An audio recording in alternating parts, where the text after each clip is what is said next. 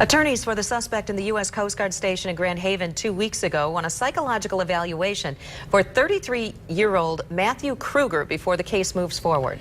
That information comes as we learn some new information about what happened in the hours before that incident.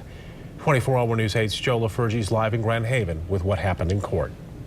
Yeah, Brian, that request for a psychological evaluation happened up in Oceana County earlier this weekend, just a little over an hour ago here in Grand Haven and Ottawa County District Court. We also obtained those court documents you talked about that provide some insight into why attorneys may want that evaluation for their client.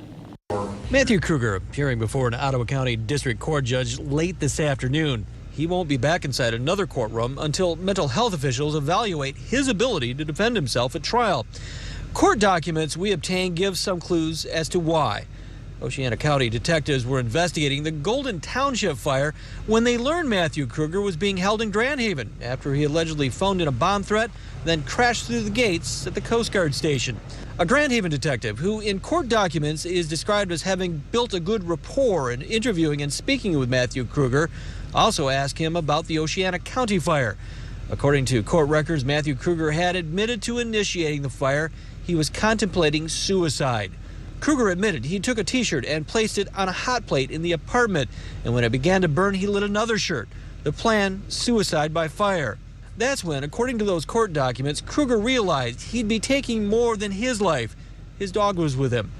Quoting from those documents, and decided he could not do that to his faithful companion dog. He then exited the structure, having to get down on his hands and knees and crawl out due to the fact that, as he describes, there was approximately only 2 feet of good air left in the unit. He then did exit the building, according to Oceana County investigators. The transcripts answer some questions, but not the biggest. Why target the Coast Guard station? Now, also in that transcript, it suggests that Kruger contacted his father, who lives in Illinois, and planned to meet him at the border, a likely reference to the state line. There's still no clue, though, as to why he chose to come to Grand Haven and allegedly launch that attack on the Coast Guard station. Live in Grand Haven, Joe LaFurgey, 24 Hour News 8.